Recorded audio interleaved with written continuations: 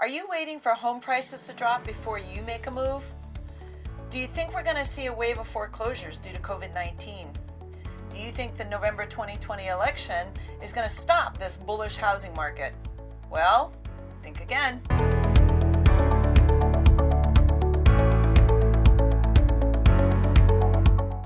I'm SandiWarner, broker and owner of Warner Realty Group. I talk to a lot of people who are trying to make the very best decision they can about getting into the housing market. The most common anxiety that I hear is buyers don't want to buy at the top of the market, get settled into their house, and all of a sudden have the value of the housing market drop out from underneath them. In other words, they don't want to lose equity immediately in a market downturn. I understand that concern, and it's smart to be thinking about it. That's what makes you a careful investor. The good news is the market is strong, and all indicators from all sorts of economists and people who watch the market, all of these indicators are pointing to the fact that this bullish market is going to continue for at least the next 12 to 14 months. And even if it doesn't stay increasing at that speed, there's no indicators of a drop in the housing market. So let's talk a little bit about the data and why I think this. If you're worried about a wave of foreclosures like we saw in 2008 through 2010, there are a couple critical differences between that housing crisis and today's market. Let's talk about equity first. Take a look at this graph titled Percentage of Homeowner Equity 2020. You'll see a pie chart come up on your screen, and this is put together by John Burns Consulting, and this is tracking the amount of equity that homeowners that reported to this poll have in their homes. The lowest amount of equity seems to be held. Less than 10% of owners have at least 7.3% of equity in their home. 42%, a little over 42% of homeowners in the United States do not have a mortgage on their home. That means they have 100% equity in their home. That's a very different picture than what we saw in 2008. Why is that important? Unlike 2008, the overwhelming majority of homeowners have at least 10% equity and over 40% have no mortgage.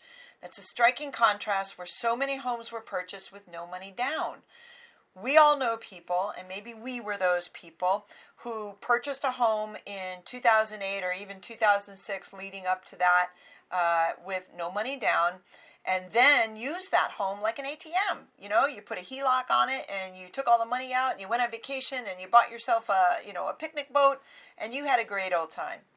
When the market crashed in 2007 and 2008, the overwhelming majority of homeowners at that time had no equity. And if you have no equity, that means that the bank is calling you and your loan is worth more than your home is, just for round numbers. You have a mortgage for $300,000, but the market value of your house is $275,000 or $250,000. If that's the case, there's a strategic value in walking away from that property. And if you choose at that time, and so many Americans did, they said, I'm not going to fight to pay this loan. I'm going to walk away from this loan. I'm going to do what's called a strategic foreclosure. In today's money, if we go back to that slide that shows you the equity that people hold, if most Americans, everybody has equity, it's showing less than 10% have less than 7% of equity. That means that while there will be some people who, if they get into trouble, they lose their jobs, they have a major medical disaster, a house burns down, there will be a sector of homeowners that might have to make that decision, that might have to say, I'm going to do a strategic foreclosure. But given the equity in the country right now, there's no reason for large swaths of Americans to walk away from money. If you have a home and it's worth $350,000 and you have 80% equity, that means your loan is only $270,000. You wouldn't walk away from $70,000. You'd still be able to sell your home and make enough money to pay your commission and have money left over and not have to have that bad foreclosure on your credit. So this is due to the really stable lending practices that we've seen over the last 10 years. The other side of this is we're in year 11 of a bullish housing market, and bullish means that the market keeps going up, values keep going up. But what's happening at the same time is we're seeing decreasing inventory. So if there are no homes coming onto the market and everybody has equity in their home, there's no reason for anyone to do a foreclosure. So let's focus on the data. Let's share the facts with our friends and our family and our neighbors. Let's not get caught up in the headlines and the scary